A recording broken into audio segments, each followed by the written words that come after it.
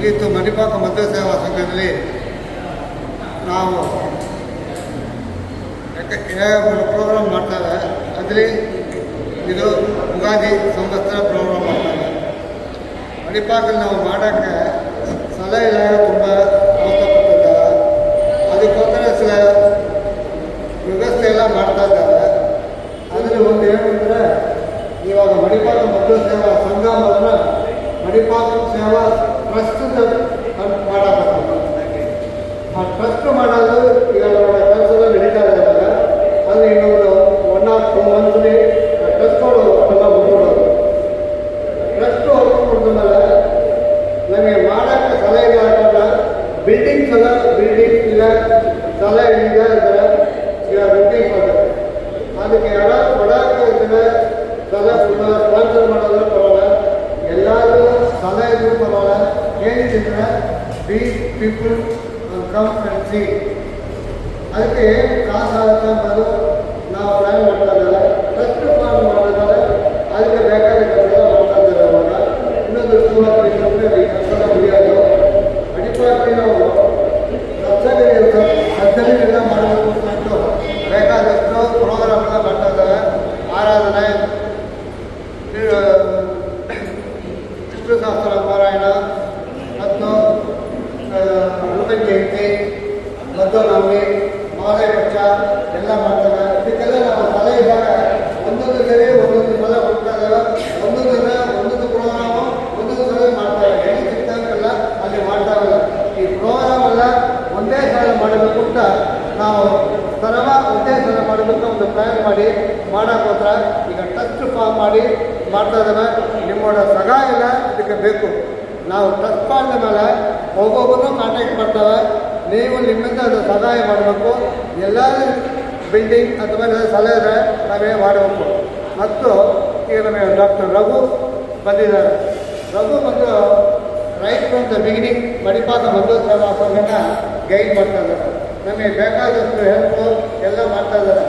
ಇದು ಥ್ರೂಔಟ್ ತಮಿಳುನಾಡು ಸ್ವಚ್ಛ ಸೇವಾ ಸಂಘ, ಸ್ವಚ್ಛ ವಿದ್ಯಾ ಪಾರಾಯಣ, ಹರಿವಾಯು ವಿದ್ಯಾ ಪಾರಾಯಣ, ಮಧ್ವನಾಮ, ಲಕ್ಷ್ಮೀ ಸೋಪಾನ ಎಲ್ಲ ನಡೀತಾ ಇದ್ರೆ ಇದಕ್ಕೆ ಮೂಲ ಕಾರಣ ಯಾರು ಅಂದರೆ ರಘುತ. ಅವತ್ತ ಫಸ್ಟ್ ಸ್ಟಾರ್ಟ್ ಮಾಡಿದ್ದು. ಸ್ಟಾರ್ಟ್ ಮಾಡಿ ಇದು ಎಲ್ಲ ನಡೀತಾ ಥ್ರೂಔಟ್ ಎಲ್ಲರೂ ತಿಳ್ತಿದ್ದಾರೆ, ಎಲ್ಲರೂ ಮಾಡ್ತಾರೆ. ಇದಕ್ಕೆಲ್ಲ ಮುಖ್ಯ ಕಾರಣ ಅಂದರೆ ರಘುತ. ಇದಕ್ಕೆ ಅವ್ರು ಬಂದು ನನಗೆ ಆಶೀರ್ವಾದ ಮಾಡಿ ಈ ಪ್ರೋಗ್ರಾಮ್ ಇನ್ನೂ ಚೆನ್ನಾಗಿ ಮಾಡಬೇಕು. ನಾವು ನಿಮಗೆ ಏನೇನು ಮಾಡಬೇಕು ಅನ್ನೋದು ಇನ್ನೂ ಗೈಡ್ ಮಾಡೋಕ್ಕಿದ್ದಾರೆ. ಅದೇ ಮಾಡಿ ಈಗ ಪಂಜಾಬ್ ರಾಘವೇಂದ್ರ ಆಚಾರ್ಯ ಬಂದಾರೆ. ಇದು ಬಂದ ಮೇಲೆ ಅವರು ಮಾಡೋರು. ಈಗ ಡಾಕ್ಟರ್ ರಘು ಅವರು ಮಾಡ್ತಾರೆ.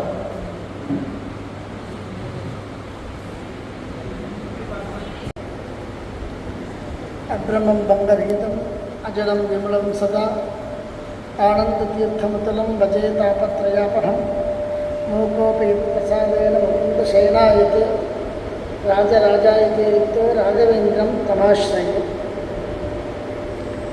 ಎಲ್ಲ ಸಜ್ಜನರಿಗೂ, ಮಧ್ವ ಬಂಧುಗಳಿಗೂ, ನಮ್ಮ ಲಕ್ಷಾವತಿ ಅರ್ವಾಸ್ತುತಿ ಮಂತ್ರ ಪಾರಾಯಣ ಸಮಿತಿ ಮತ್ತು ಮಧ್ವ ಸೇವಾ ಸಂಘ ಮೂಲಕವಾಗಿ ಯುಗಾದಿ ಶುಭಾಶಯಗಳು. ಯುಗಾದಿ ಶುಭಾಶಯಗಳು. ಆಮೇಲೆ ಕೂಡ ಈ ಪರಾಭವ ವರ್ಷ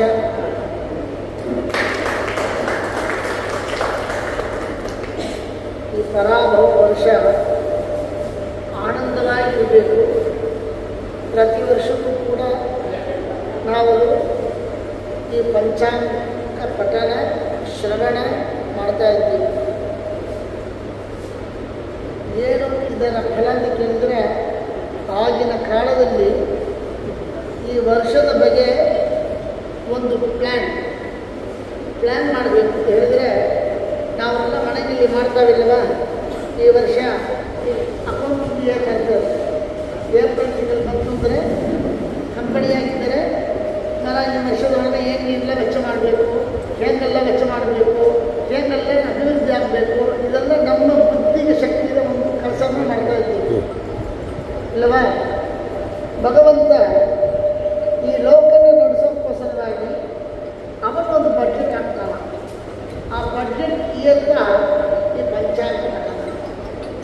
ಈ ಪಂಚಾಂಗ ಪಠಣ ಮೂಲವಾಗಿ ನಾವು ಕೆಲವೊಂದು ವಿಷಯಗಳು ಹೇಳಿದ್ರೆ ನಮ್ಮ ಜೀವನದಲ್ಲಿ ಈ ಪಂಚ ಪ್ರಕೃತಿಗಳು, ಫೈವ್ ಎಲಿಮೆಂಟ್ಸ್ சொல்லுவாங்க இல்லையா, இது என்ன நமக்கு அனுகூலமாக இருந்தாலும் நம்ம பட்ஜெட் செயல்பட்டு வரும். இது கம்பெனி நடத்துகிற மாதிரி இல்லை. இந்த 5 விதமாக இருக்கக்கூடிய இந்த பிரகிருதிகள் நமக்கு அனுகூலமாக இருந்தால் மட்டும்தான் நாம் இந்த வருஷத்தினுடைய பட்ஜெட்டை ஆனந்தமாக எடுத்துக்க முடியும். பஞ்சாங்க பலன் அப்படிங்கிறது திருவார நட்சத்திர கரணம். இதை பற்றி நம்ம ராகவேந்திராச்சார் உங்களுக்கு விளக்கமாக எடுத்து சொல்கிறதுக்கு ரெடியாக இருக்காங்க. பஞ்சாங்க பட்டத்தினுடைய பலன் என்ன, பலனை தெரிஞ்சுட்டு நம்ம என்ன பண்ணணும் அப்படின்னு கேட்டால், கிரகங்களுக்கு அனுகூலமாக நம்ம லைஃப்பை எடுத்துகிட்டு போகணும். அதுக்கு தான் பஞ்சாங்க படம் எடுத்துருக்காரு. நம்ம யாரும் கஷ்டம் வைக்கிறோம் அப்படின்னா அவங்க கஷ்டம் வந்து முன்னாடியே சொல்லிட்டோமே, அதனால் நீ ஏன் வந்து கேட்கக்கூடாது. சுத்தம் வந்தது நம்ம கேட்குறோமா, கண்ணை போட்டுடும் சொல்லிடாத வெளியிலன்னு மனுஷ புத்தி. கஷ்டம் வந்ததா மட்டும் என்ன சொல்கிறோம், எப்போ யாருக்கிட்ட பேச மாட்டோமோ எல்லாரையும் கூப்பிட்டு வச்சு கஷ்டத்தை சொல்லிட்டு இருக்கோம். சில பேருக்கு குணம் உண்டு, கஷ்டத்தை அடுத்தவங்க இறக்கி வச்சுருப்பாங்க, அவன் ஃப்ரீயாக இருக்கும். புரியுதுங்க? எப்பா நீ என்ன சொல்லிட்டுமான்னு கேட்டால் யார்கிட்ட கேள்வி நான் கேட்கவே இல்லையே. அவனை பொறுத்த வரைக்கும் அவன் ஃப்ரீயாக இருக்கணும்னா இதை சைக்கலாஜிக்கல் ட்ரீட்மெண்ட்னு பேர். அவன் ஃப்ரீயாக இருக்கணும்னா அவன் கஷ்டத்தை இன்னொருத்த மைண்டில் ஏற்றிக்கிட்டு அவன் ஃப்ரீயாக இருக்கணும். நாம் அவன் கஷ்டத்தை எடுத்துக்கிட்டு ரோடோட அழைச்சிட்டு இருக்கோம். எதுவும் கஷ்டத்துக்கு எனக்கு தெரியாது. இதுதான் இன்னைக்கு இருக்கக்கூடிய பார்த்துக்கக்கூடிய விஷயங்கள். அதனால ஒருத்தருடைய கஷ்டத்துக்கு ஆறுதல் சொல்லலாமே தவிர மற்ற கஷ்டத்தை நம்ம ஏற்றுக்க முடியாது. நம்ம என்ன பண்ணணும், கஷ்டத்தை ஏற்றுக்க கஷ்டப்பட்டுருக்கோம். அதனால் எவன் கஷ்டப்பட்டாலும் யோகாக்க கஷ்டப்பட்டா இருக்காங்க, அவன் கஷ்டத்தை கஷ்டமாக நினைச்சு இவன் போட்டு இருப்பான். அந்த தப்பு பண்ணக்கூடாது. அதனால் இந்த டாக்டர் ஜோசியர்கிட்டலாம் போனீங்கன்னாக்கா அவன் ஃபுல்லாக சந்தோஷமாக இருப்பான். ஏன் அப்படின்னா அவனுக்கு தெரியும் இந்த கஷ்டம் இவன் குழம்புற அந்த நோயினுடைய தன்மை, இந்த நோய்க்கு உண்டான வைத்தியம், இவன் எவ்வளோ கஷ்டப்படுறான் அப்படிங்கிறத அந்த டாக்டரோ வைத்தியரோ அந்த ரூம் வரைக்கும் தான் வச்சுருப்பான். ரூம் விட்டு வெளில வந்துச்சுன்னா மறந்துடுவான். அவன் அதை வச்சுட்டானா அவனுக்கு ரூம் எடுக்க முடியாது இல்லையா. ஒரு டாக்டர்கிட்ட போய் 100 பேஷண்ட் ஒரு வேலைக்கு பார்க்குறான், 100 கஷ்டத்தை சொல்கிறான். அவன் 100 கஷ்டத்தை சொன்னதுக்கு வீட்டுக்கு போனான்னா அவன் எங்கள் வீட்டில் நிம்மதியாக இருக்கிறது. அதனால் என்ன பண்ணுவான், ரூம் விட்டு வெளில அப்பதான் ரூமில் பார்த்துருப்பான், அவங்கள பார்த்து பேசியிருப்பான்.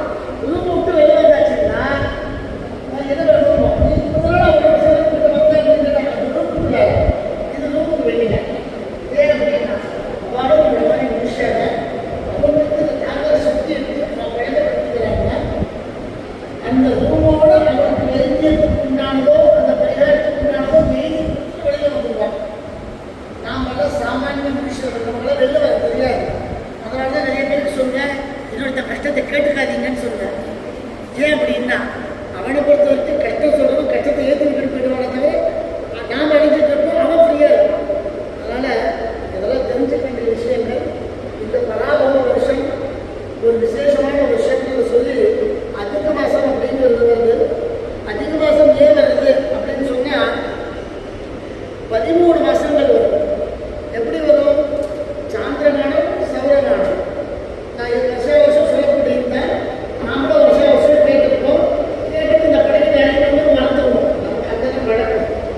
நல்ல விஷயம் சொன்னாலும் மறந்துடுவோம், கெட்ட விஷயம் சொன்னாலும் மறந்துடுவோம். விஷயத்தை ஞாபகம் வச்சுக்கணும். சௌரமானம், சாந்திரமானம், சாவணமானம் அப்படின்னு சொல்லிட்டு வருஷம் மானம்னு சொன்னால் வருஷத்துக்கு பேர். சௌரமானம்னு சொன்னால் சூரியனை மட்டும் பேஸ் பண்ணி கணக்கு பண்ணக்கூடிய விஷயத்துக்கு சௌரமானம்னு பேர். சாந்திரமானம்னு சொன்னால் திங்கிய வாரத்தில் வச்சுட்டு கணக்கு பண்ணுறதுக்கு பேர் சாந்திரமானம்னு பேர். சாவணமானம் அப்படின்னு சொன்னால் சூரிய உதயத்திலிருந்து சூரிய உதயம் இருக்கக்கூடிய நாள் இருக்கு இல்லையா, அந்த நாள் முழுத்தறது நாள் அதை வச்சு பண்ணக்கூடியது சாவணமானம்னு பேர். நட்சத்திரமானம், நட்சத்திரங்களை மட்டும் வச்சு கணக்கு பண்ணக்கூடியது நட்சத்திரமானம்னு பேர். மானம்னு சொன்னால் வருஷத்துக்கு பேர். இந்த அதிக மாதம் இருக்கு இல்லையா, இந்த அதிக மாதம் சாந்திரமானத்தில் தான் வரும், சௌரமானத்தில் வராது. சூரியனை பேஸ் பண்ணி பண்ணக்கூடிய வருஷத்தில், அதாவது இந்த ஸ்மார்ட் தமிழ்நாடு அனுஷ்டானம் பண்ணக்கூடிய கேரளா அனுஷ்டானம் பண்ணக்கூடிய பஞ்சாங்கத்தில் 12 மாதம் தான் வரும். எவ்வளோ வருஷம் 12 தான் வரும். இந்த கர்நாடகா ஆந்திராவில் 2 வருஷத்துக்கு ஒரு 2 வருஷத்துக்கு ஒரு 13 மாதம் வரும். இந்த 13 மாதம் ஏன் வருதுன்னு சொன்னால் இந்த டெக்னிக்கல் மட்டும் விஷயத்தை சுற்றி நான் முடிச்சுடுறேன். என்ன வந்து ஆச்சாரிய பேசுறது அவருக்கு விஷயம் சொல்லிட்டு போயிடும்.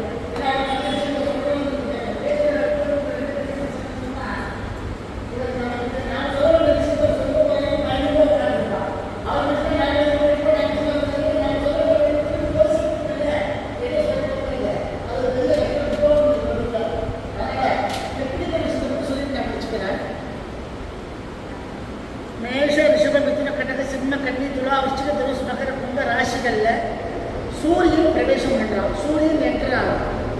அதுக்கு சௌரமானம் அதுதான் சித்திரை ஒன்றுன்னு நம்ம இங்கே உபயோகப்படுத்திட்டு இருக்கோம் இல்லையா? சித்திரை ஒன்று என்ன சார்? ஞாபகம் வருஷம் நம்ம வருஷத்துக்கு யுகாதி வயசு நம்ம சொல்கிறோம். அப்போ வருஷத்துக்கு வந்து வருஷம் பிறப்புன்னு சொன்னாலே ஒரு விஷயம் தான். நம்மளுடைய யுகாதிங்கிறது சந்திரனை அடிப்படையாக கொண்டது. அவங்களுடைய வருஷ பிறப்பு அப்படிங்கிறது சூரியனை அடிப்படையாக கொண்ட கணக்கு தான். ரெண்டும் ஒரே வழி தான். ரெண்டும் ஒரே வழி தான். எந்த வருஷத்துனாலும் சத்தம் வைக்கதான் வருங்க. அப்படி சுற்றுவதும் சத்தம் வந்து அப்படி சுற்றுவதும் சத்தம் வேண்டாம். அப்போ வர்ற வழி தான் வேலையே தவிர ரெண்டுமே ஒன்று தான். இந்த சூரியனை பேஸ் பண்ணி பண்ணக்கூடிய வருஷம் இருக்கு இல்லையா? இந்த சாந்திரமானமும் சௌரமானமும் பிணைஞ்சு சேர்ந்து நல்லாவே இருக்காது. சௌரமானமும் சாந்திரமானமும் சேர்ந்து அதாவது சூரியன் இந்த சித்திரையும் சைத்திரமும் நம்ம சைத்திர மாதம் சொல்கிறோம் இல்லையா? சித்திர மாதம் சைத்திரமும் சேர்ந்து இருக்கும். இப்போ நமக்கு என்ன மாதம் ஓடுறது? சைத்திரம். அவங்களுக்கு என்ன ஓடுது? பங்குனி. பங்குனியும் சைத்திரமும் சேர்ந்து வரும். அதனால தான் சொன்னேன் சௌரமானம் சாந்திரமானம் சேர்ந்தே வரும். எப்போ சேர்ந்து வரலையோ அப்போ அதிக மாதம் வரும். எப்போ சேர்ந்து வரலையோ அப்போ அதிக மாதம் வரும். எந்த சாந்திரமானத்துக்குள்ளார சாந்திரமானம்னு சொன்னால் இப்போ நம்ம முன்னாடி சுக்லபக்ஷம் இல்லையா? இந்த சுக்லபக்ஷத்துலேருந்து அமாவாசைக்குள்ளார அடுத்த அமாவாசைக்குள்ளார ஒரு சூரிய பிரவேசம், அதாவது ஒரு சௌரமானம், ஒரு தமிழ் மாதம் வச்சுக்கோங்க. நம்ம புரியணுன்னாக்கா நாம் அப்படி தான் சொல்கிறோம். அவர் திகழ்றோ நாம் மாறுறோம் நமக்கு தெரியாது. அஞ்ஞானம் அது அவங்களுக்கு தான். இது நமக்கு அப்படின்னா ரெண்டு சேர்ந்தே தான் இருக்கும். தெரியல, அறியாமை தான். அந்த தமிழ் மாதம் இருக்கு இல்லையா? தமிழ் மாதம் எப்பயுமே இந்த கன்னட மாதத்தோடு சேர்ந்தே வரும். எந்த மாதத்துக்குள்ளார கன்னட மாதத்துக்குள்ளார தமிழ் மாதம் வரலையோ அந்த மாதம் அதிக மாதம். இந்த மாதம் வரக்கூடிய அதிக ஜேஷ்டம் இருக்குல்ல, அது கேள்வியில் எப்படி பார்த்தீங்கன்னாக்கா உங்களுடைய கேள்வியில் பார்த்தீங்கன்னா சூரியனுடைய பிரவேசமே இருக்காது, சௌரமானத்தினுடைய கேள்வியே இருக்காது. புரிஞ்சுதா? அப்போ எந்த ஒரு சாந்திரமானம் அப்படின்னு சொல்லக்கூடிய நம்முடைய யுகாதி வருஷம் மாதத்துக்குள்ளார சூரியனுடைய என்ட்ரி, அதாவது சூரியன் இந்த தமிழ் மாதத்தினுடைய தேதி வரலையோ கிழமை வரலையோ ஆர்வம் வரலையோ அந்த மாதத்துக்கு பேர் அதிக மாதம்னு பேர். இது மாதிரி க்ஷய மாதமும் உண்டு. அதிகமாக இருக்கிற மாதம் வரும்போது க்ஷயமாக இருக்கிற மாதமும் வரும் இல்லையா? இந்த க்ஷய மாதம் ரொம்ப ரேர். 10 வருஷம் 12 வருஷத்துக்கு ஒரு தடவை தான் வரும். இந்த அதிக மாதம் தான் 2.25 வருஷத்துக்கு வரும். அப்போ இந்த க்ஷய மாதம் எப்படி வரும் அப்படின்னு சொன்னால் ஒரு சாந்திரமானத்துக்குள்ளார 2 தடவை சூரியனுடைய என்ட்ரி வந்துடும். சூரியனுடைய என்ட்ரி அதாவது ராசி பிரவேசம். சூரியன் ஒரு ராசி ராசி போகிறோம் உங்களுக்கு தெரியுமே. அப்போ அந்த ஒரே மாதத்துக்குள்ளார இந்த சித்திர மாதம் சொன்னேன். சித்திர மாதம் 1ஆம் தேதியும் உங்களுக்கு இந்த பங்குனி மாதத்தினுடைய 1ஆம் தேதியும் சித்திரை ஒன்று வந்துடும். லாஸ்ட்டில் வைகாசி ஒன்று வந்துடும். வந்துருச்சுன்னு சொன்னால் உங்களுக்கு இந்த மாதத்தில் க்ஷய மாதம். இதுதான் ஒரு மாதம் ஜாஸ்தியாக இருக்குமான்னு கேட்காதீங்க. நம்மளுடைய கேலண்டர் ஒரு மாதம் ஜாஸ்தியாக இருக்கும். சந்திரனை பேஸ் பண்ணி பண்ணக்கூடிய கேலண்டரில் ஒரு மாதம் அதிகமாக இருக்கும். இந்த வருஷம் அதுக்கு அதிக மாதம் இருக்கும். இந்த வருஷம் பராபவ வருஷம். பராபவ வருஷத்தினுடைய ராஜா யார்? குரு. அவர் சொல்லுவார், நான் குரு மந்திரி மட்டும் சொல்லிட்டு என்னுடைய இந்த இதை முடிச்சுக்கிறேன். இந்த பராபவையா குருன்னா இதுக்கு என்ன கிழமை? என்ன கிழமை? குருவார. இப்போ இன்னைக்கு என்ன மாதம்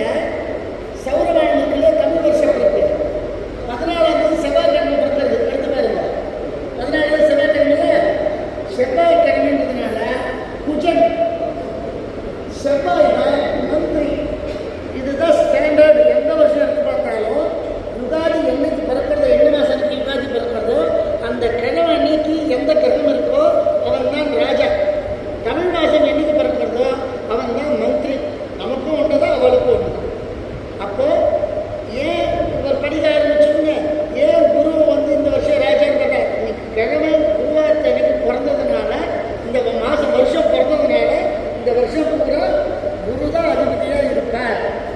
அதனால் குரு பிராமணர்களுக்கு ரொம்ப அனுகூலமாக இருக்கக்கூடிய ஒரு கிரகம். அதை பற்றியான விஷயத்தை ஆச்சாரம் உங்களுக்கு சொல்லிவிட்டிருக்கார். அதனால் கிரகங்கள் எப்படி இருந்தாலும் சுதர்மே நிகழும் ஸ்நேக பரதர்மம் பகவான்.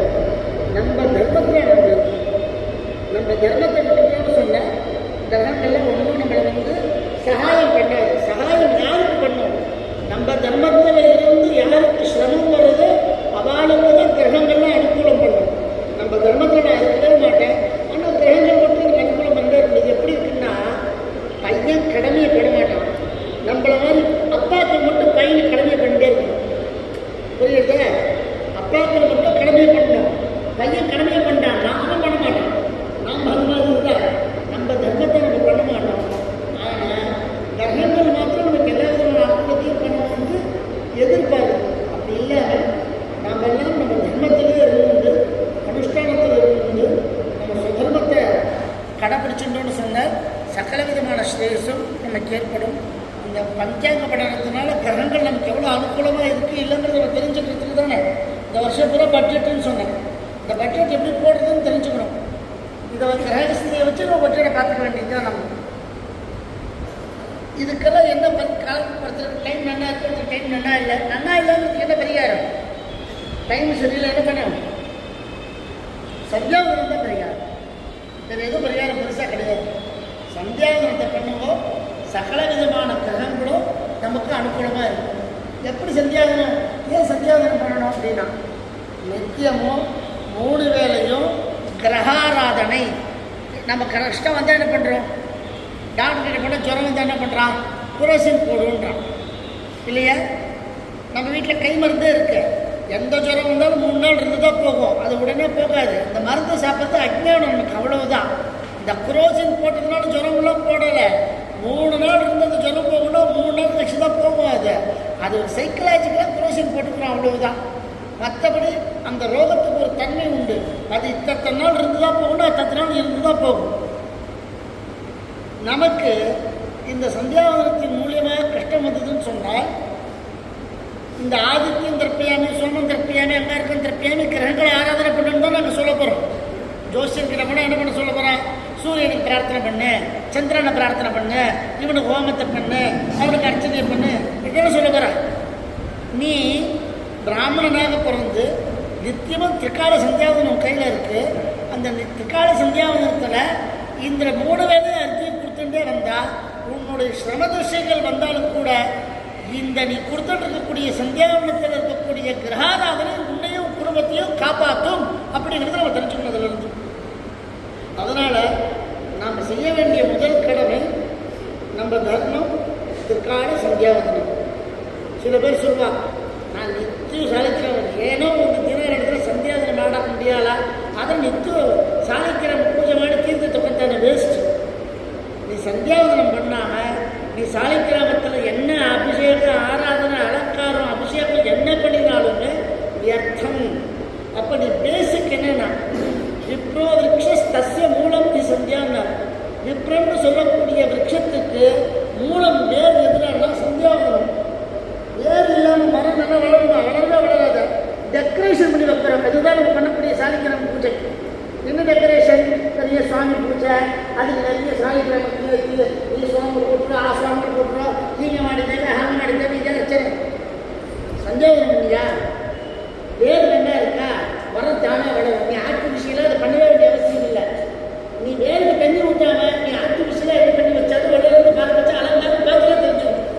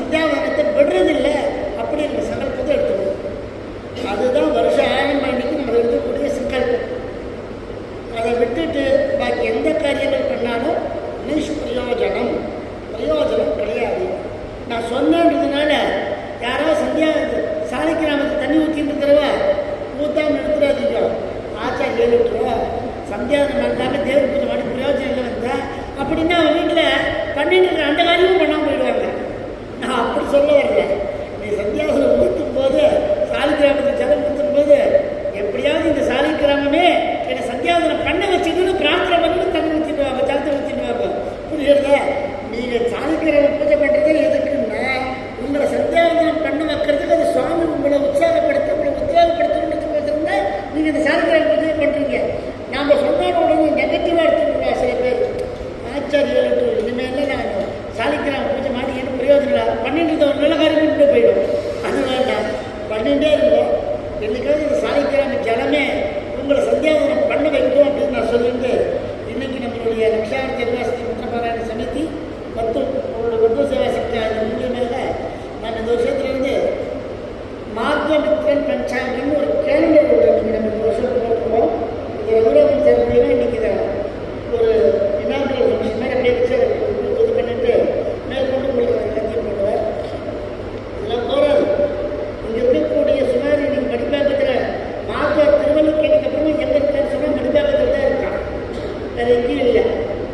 ஏன்னா மடின்றதுனால நீங்கள் வந்துட்டோமோ எனக்கு தெரியாது. அதனால் நீங்கள் வந்தும் நம்மளால ஒன்று சேர்க்க இந்த 4 நேரம் ஒன்று சேர்ந்துருக்கணும். 4 சுமார் 150 பேர் இங்கே ஒரு நாள் வீட்டில் லீவு போட்டுட்டு இந்த மாதவ பந்துக்கள்னு சொல்லி பேப்பரில் இருந்தால் பத்தாது, நீங்கள் சேரதுன்னு இருக்கணும் இல்லையா? பேப்பரில் மாதம் வந்து சொல்லி நான் என்ன பண்ணுறது? இந்த மாதிரி சேரக்கூடிய இடங்கள்ல ஒரு குழந்தைகள் ஆக்ஷன் ஆகும். இதுக்கெல்லாம் நீங்கள் என்ன பண்ணுறீங்க? மக்களையோ ஆட்டாடித்தேனா எனக்கு வெங்காய ஆணிங்களை ஆட்டி கொடுத்தா நீங்கள் சாயங்காலம் அப்படி இல்லை. ಈ மாதிரி ವಿಷಯಕ್ಕೆ ಬಾ, ನಾಲ್ಕು ಜನನ ನೋಡು, ನಮ್ಮ ಸತ್ತದವ್ರನ್ನ ನೋಡು, ನಮ್ಮ ಅಕ್ಕ ತಂಗಿಯನ್ನು ನೋಡು, ಅಣ್ಣ ತಮ್ಮದನ್ನು ನೋಡು, ಅಮ್ಮನ ನೋಡು, ಯಾರು ನೋಡುವ அல்ட்சி வந்து இந்த குழந்தைகளுக்கு இந்த பாந்தவியத்தை ஏற்படுத்துறதுக்கு நான் முயற்சி பண்ணணும். குழந்தைகளை வீட்டில் விட்டுட்டு வரக்கூடாது. முடிஞ்ச வரைக்கும் கையில் வந்து காலில் விழுந்தோ நீ பண்ணிங்கிற இந்த ராத்திரி நான் நீங்கள் ಈ ಎಕ್ಸ್ಪ್ರೆಸ್ ಗಾಡಿಗೆ ಹೋಗಕ್ಕೆ ನೀವು ಪರ್ಮಿಷನ್ ಕೊಡ್ತಾರೆ ಸುಮ್ಮನೆ ನಮ್ಮ ಮನೆಗೆ ಬಂದಿರುವಾಗ ನೀ ಮತ್ತೊಂದ್ಸರಿನಾಗ ಈ ಪಂಚಾಂಗ ಬಂದಿದ್ದೀರ ನನ್ನ ಆಯುಧವರ ಎಕ್ಸ್ಪ್ರೆಸ್ ಟಿಕೆಟ್ ಫ್ರೀ அப்போ நீங்கள் 1000 ரூபா கொடுத்தானே நல்ல கருத்து வரலாம் இல்லையா சார்? அந்த மாதிரி உங்கள் குழந்தைகளெல்லாம் உற்சாகப்படுத்தி அக்ஷன் பண்ணுவோம். இந்த சத்சங்கத்தில் சத்காரியத்தில் எல்லாம் சேர்த்து வைக்கிறோம். சத்சங்கம் தான் சம்ஸ்காரம் தான் குழந்தைகளை வெளிப்படுத்தணுமே தவிர சம்ஸ்காரம் டிவி பார்க்குறது ஒரு சம்ஸ்காரம் இல்லையா? டிவி பார்க்குறது வந்து ஒரு சம்ஸ்காரம், ஈரமாக போகிறது ஒரு சம்ஸ்காரம். இங்கே மத்திய சங்காருக்கு சத்து விஷயங்களை பார்க்கிறது ஒரு சம்ஸ்காரம். இந்த சம்ஸ்காரம் தான் குழந்தைகளை பதப்படுத்தும். அப்போ நம்ம எந்த சம்ஸ்காரத்தை குழந்தைகளை கொடுத்துருக்கோம்? நம்ம கொடுக்கறதே அவளே எடுத்துக்கலாம். மொபுகு ஏன் தெரியாது பார்ப்போம், ஒன்றும் தெரியாதுன்றாங்க. கேட்டுருக்கீங்களா? மொபுகு ஏன் தெரியாது, இதற்கெல்லாம் ஒரு புதுசு ஏன் மாடலாம். அந்த குழந்தைக்கு சின்ன செல்ஃபோனை கொடுத்து பாருங்க, உள்ள நோண்டாத இடத்துல மூடிக்கலாம். அவனுக்கு அந்த மூலம் இருக்கிற குழந்தைய ஏன் ஒரு சத்சங்கத்தில் உட்கார எப்படியாது? நம்ம சத்சங்கத்தை கழிச்சுக்கலாம்னு சொன்னால் மாத்திரம் சிக்கும் போகுது. அது ஏன் போடப்பா அவரை கற்கன் வந்து ஏன் அர்த்தம் ஆகுதுன்றாங்க. நம்ம கெடுக்கிறது குழந்தைகள் எப்படி கெடுக்கிறோம்? சிக்கு போகுது. 3 வயசு குழந்தை 4 வயசு சிக்கு போகுறான். அந்த 4 வயசு குழந்தைக்கு செல்ஃபோன் கொடுத்து பாருங்க, ஏனேனோ நடக்காது. எனக்கு சொல்லிக் கொடுத்தா வருது குழந்தைக்கு. அதை கற்றுக்கிற குழந்தைக்கு இதையும் கற்றுக் கொடுக்கணுன்ற எண்ணம் நமக்கு இருக்கணும், பேரண்ட்ஸுக்கு இருக்கணும், பெரியவாளுக்கு இருக்கணும். அந்த செல்ஃபோனை கொடுத்து குழந்தை என்ன ஆனாலும் பரவாயில்ல, என்ன தொந்தரவு பண்ணால் வந்தால் போதும் நம்ம நினைக்கிறோம். செல்ஃபோனை கையில் போட்டுவிடும், ரொம்ப அழகியா ஃபோனை போட்டுவிடும். அது ஏதோ மாடிடுவோம், சிக்கு போகும். செல்ஃபோனை கொடுக்கும்போது சிக்கு போகு தான், இங்கே ஐசியில் வரும்போது சிக்கு போகு தான். தப்பு நாம் தான் பண்ணுறோம். அதை தெரிஞ்சுக்க அது என்னன்னு தெரியாது. செல்ஃபோனில் அந்த விஷயத்தை சயின்டிஃபிக்காக கற்றுக்கிறது, அதுக்கு வேணுங்கிறத பார்க்கறது இல்லை. அந்த மூளையை இங்கேயும் வர வைக்கிறதுக்கு உண்டான முயற்சியை நாம் தான் எடுக்கணும். அது தானே வரும், இதை நாம் வர வைக்கணும். அது வர வைக்கிறது நீங்கள் கஷ்டப்பட வேண்டாம். ஏன்னா வீட்டில் 5 பெரியவர், அப்பா அம்மா, ஒரு அம்மாவுக்கு 2 செல்ஃபோன் இருக்குது, அப்பாவுக்கு 2 செல்ஃபோன் இருக்குது. 10வது கடைசியில் அவங்க வச்சுக்கலாம். சரியா? பையன் ஸ்கூலுக்கு 10ஆம் கிளாஸ் போகிற பையனாக இருந்தால் அவங்களுக்கு ஒரு செல்ஃபோன் இருக்குது. 8ஆம் கிளாஸ் படிக்கிற வந்து அவங்களுக்கு ஒரு செல்ஃபோன் இருக்குது. 6 செல்ஃபோன் இருக்குது. நாம் கெடுக்கவே வேண்டாம், அது தானாகவே கெடுக்கும். இங்கே வருஷத்துக்கு ஒரு சத்சங்கத்தில் ஒரு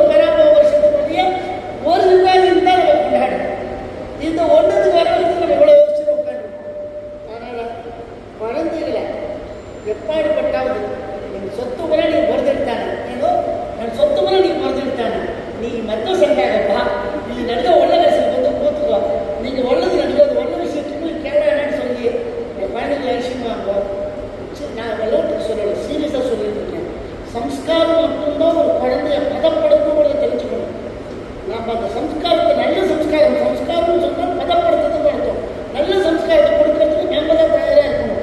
அதுக்கு நாம் தான் உழைக்கணும். நாம் தான் எப்போடாது பாடுபடணும். சிக்கமவோ தொட்டுமவோ சூரியத்தை பராமரிக்கிறதுக்கு 1000 காரணம் இருக்கே இருக்கு. பராமரிக்கிறதுக்கு ஒரு காரணம் ஒரு வந்து தான் வேற எதுவும் பேசக்கூடாது இல்லையா? பராமரிக்கிறதுக்கு 1000 காரணம். ஸ்கூல் இதை, டியூஷன் இதை, என்னென்னமோ வாண்டாதான் சொல்கிறோம். நீ டியூஷன் விட்டுன்னு பரவாயில்ல, நீ வந்து டியூஷன் நீ ஏழு உலகத்துக்கு சாப்பிட்டு இல்லை, நீ ஒன்று வந்தாங்க சொல்கிறோமா?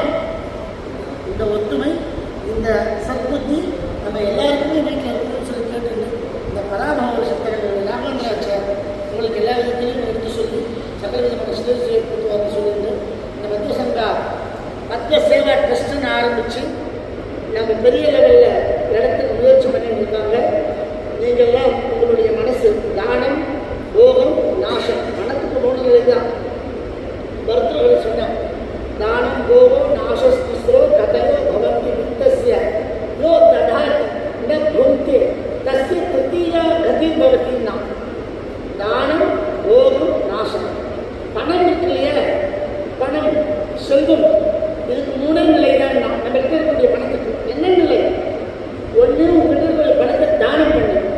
நான் யாரும் பண்ணாத வச்சுக்கோ, நீயே வச்சுக்கோ. அப்போ என்ன பண்ணணும்? போகம் பண்ணு, அனுமதி. என்னது அனுமதி? ஃப்ளைட் அமெரிக்கா போ, லண்டன் போ, எங்கே வேணாலும் போ, பணத்தை வச்சுருக்கேன். ஒன்று தானம் பண்ணு. தானம் பண்ண மாட்டேன்னு சொன்னீங்க, போகம் பண்ணு. தானம், போகம். நான் தானமும் பண்ண மாட்டேன், நான் போகமும் பண்ண மாட்டேன்னு சொன்னால் என்ன ஆகும்? நாசம். நாசம்னா என்ன இருக்கும்? நீனாலும் போகாது. கவர்மெண்ட் எடுத்துக்கிறனால இருக்கும். புரியுதுங்க? யார் எடுத்துக்கணுமா? கவர்மெண்ட். இப்போ நீங்கள் பேப்பர்லாம் போடுறா பாருங்க, கிளைம் பண்ணாத கூட கோடிக்கணக்கில் இருக்குன்னு எப்போ வேணாலும் வாங்கிக்கிறாங்க. அதுதான் நாசம்னு அர்த்தம். தானம், போகம், நாசஸ்திஸ்ரோ கதையோ பவந்தி வித்தஸ்ய. பணத்துக்கு இந்த 3 விதமான நிலை தான் இருக்கும். யோ ததாதி, எவன் கொடுக்கறது இல்லையோ, ந புக்தே, அவனும் சாப்பிட்றது இல்லையோ, தஸ்ய திருத்தீயா கதிர் பவதி. அந்த பணம் 3வது நிலையை அடையும் மருத்துவர் சொல்கிறான். அதனால் நம்மளுடைய செல்வங்கள் நீங்கள் அனுபவிங்கோ. இல்லைன்னா ரகுராமன், கிருஷ்ணன் இவங்கெல்லாம் பண்ணக்கூடிய சத்காரியங்களுக்கு அந்த பணத்தை தானமாக கொடுக்கும். தானம், போகம். நான் 2 மாநில அப்படி சொன்னால் சில பேர்லாம் பார்த்துருக்கேன், யாருக்கும் எல்லாம் போயிட்டு எஸ்டிதத்துவே தெரியல ஆடுவாங்க. நாம் உலக எஸ்டிந்தால பாஸ்புக்கும் காண, ஒன்றும் காண. இவன் தேடிகிட்டே இருக்க வேண்டியது தான். வீட்டுக்குள்ளே உட்காந்துட்டு அவன் பேங்க்கார ஆள் கிளைம் பண்ணாத பணம் சொல்லிட்டு ஆர்பிஐயில் போட்டு எடுத்துகிட்டு போயிட்டே இருப்பான். அதுதானே நடக்கும் இல்லையே? அந்த மாதிரி நிலைமையெல்லாம் வேண்டாம். நம்மளுடைய ஆர்ஜித்தம், வித்தம், நாம் சம்பாதிக்கப்பட்ட பணமானது சத் காரியத்துக்கு, சத் விஷயங்களுக்கு என்னைக்கு உபயோகப்படுறதோ அன்னைக்கு அந்த பணம் புண்ணிய பணமாக மாறுறது. நம்மளுடைய செல்வம் புண்ணியத்தை அடையணும்னு சொன்னால் தர்மத்தை பண்ணுவோம், தானத்தை பண்ணுவோம்னு சொல்லிட்டு இந்த ஒரு நல்ல சந்தர்ப்பத்தில் ஆச்சாரிய டைம் எடுத்துங்க. எனக்கு என்ன ஆச்சரியம், சாதாரணமா நான் வந்து ரொம்ப நேரத்தில் சிறுத்தை வந்து ஆச்சாரிய ஒருக்கா பஞ்சம் நடந்தது. அவர் வேற வந்து நான் எடுத்துருக்கேன், எனக்கு ரொம்ப ஆச்சரியம். நான் வந்து முன்னாடி ஓட்டுட்டேன், பரவாயில்ல, அதுக்கு பெரிய சந்தோஷம். சீக்கிரம் முடிச்சுக்கணும்னு எனக்கு தோணுது. அதனால் அவருடைய அந்த ஒரு பெருந்தன்மை நான் நம்ம கவர்மெண்ட்டில் கரெக்டாக பண்ணிதான் அப்படின்றாங்க. டைம் எடுத்து ஒரு வேலை உலக காக்க வைக்கக்கூடாதுன்னு போட்டு வந்துட்டேன். பராபோக சங்கர் 2 சங்கல்பம்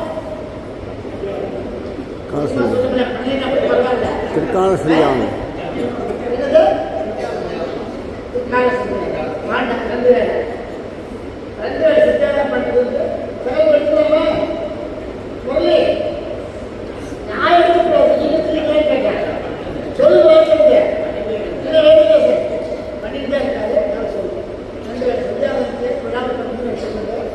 சந்தியாவனம் பண்ணுறது ஸ்திரீகள் கையில். ஸ்திரீகளுக்கு தர்மம் இருக்கு. எத்தனை நாளைக்கு பூஜித்து நமக்கு தத்தத்தை எடுப்பாங்க. உங்கள் வீட்டுக்காரெல்லாம் வரதுக்கு முன்னாடி சந்தியாவன காலத்தில் கோபம்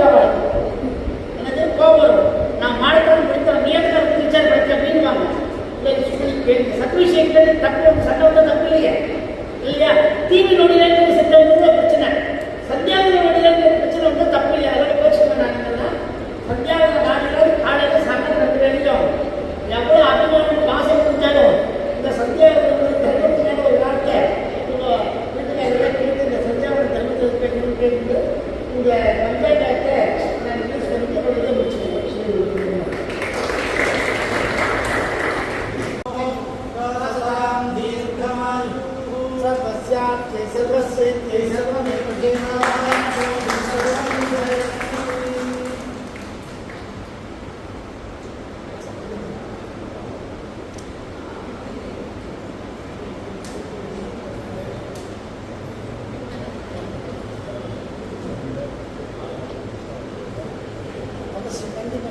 अच्छा फ्रंट पेज हाँ हाँ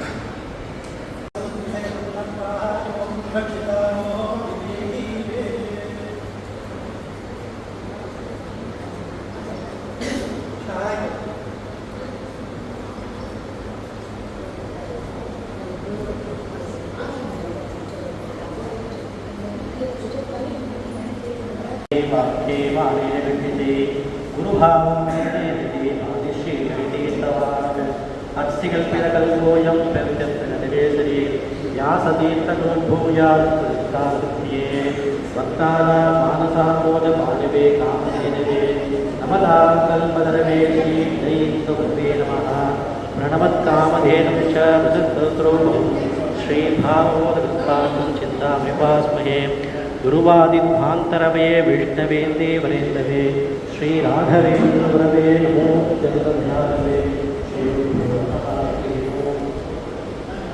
ಎಲ್ಲರಿಗೂ ಪರಭಾವನಾಮ ಸಂವತ್ಸರ ಯುಗಾದಿ ಹಬ್ಬದ ಶುಭಾಶ್ರಯಗಳು. ನಿಮಗೆಲ್ಲರಿಗೂ ದೇವರು ಅನುಗ್ರಹದಿಂದ ಈ ಯುಗಾದಿ ಹಬ್ಬದಲ್ಲಿ ಇರತಕ್ಕಂಥ ಎಲ್ಲ ಸಂತೋಷಗಳನ್ನು ಮತ್ತು ನಿಮ್ಮಿಷ್ಟ ಏನೇನು ನೀವು ಇಷ್ಟಪಡ್ತೀರೋ ಅಷ್ಟನ್ನು ದೇವರು ಅನುಗ್ರಹ ಮಾಡಬೇಕು ಅಂತ ನಾವು ಪ್ರಾರ್ಥನೆ ಮಾಡಿಕೊಳ್ಳೋಣ. ಒಂದು ವಿಷಯ, ಯುಗಾದಿ ಎಂದರೆ ಏನು? ನಾವು ಏನು ಕಲ್ಪನೆ ಮಾಡಿದ್ದೇವೆ ಅಂದರೆ, ಯುಗಾದಿ ಅಂದರೆ ಈ ಒಂದು ವರ್ಷದ ಆರಂಭ, ಅದುವೇ ಯುಗಾದಿ. ನೀವೇನು ನೆನೆಸ್ಕೊತೀರಿ? ಯುಗಾದಿ ಅಂದರೆ ನ್ಯೂ ಇಯರ್ ಹಾಗೆ ನೆನೆಸ್ಕೊತೀರಿ.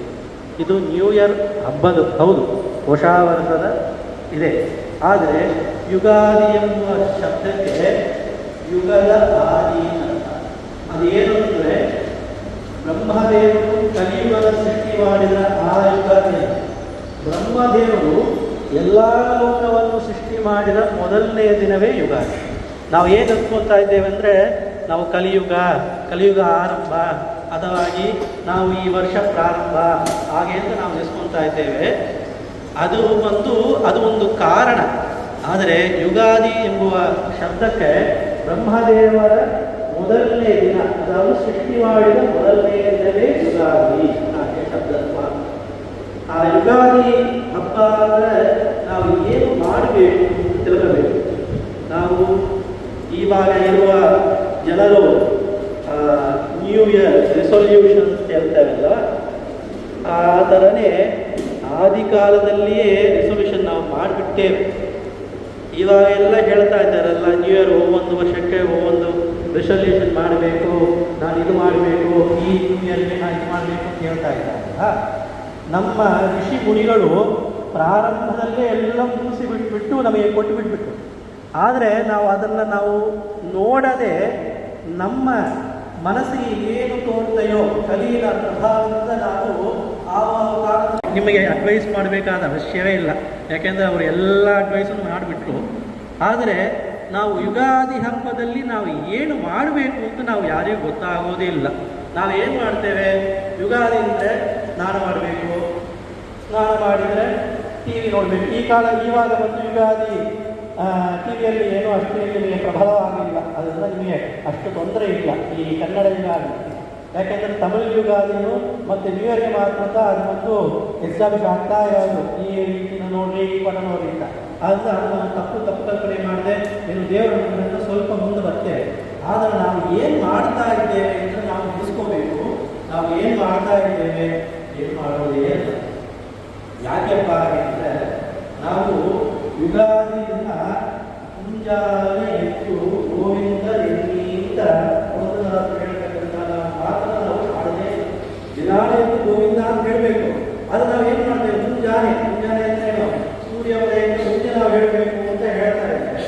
ಆದರೆ ಯುಗಾದಿಯಲ್ಲಿ ಮಾತ್ರ ಹೋಗಿದೆ ಅಂತ ನಾವು ಹೇಳ್ತೀವಿ.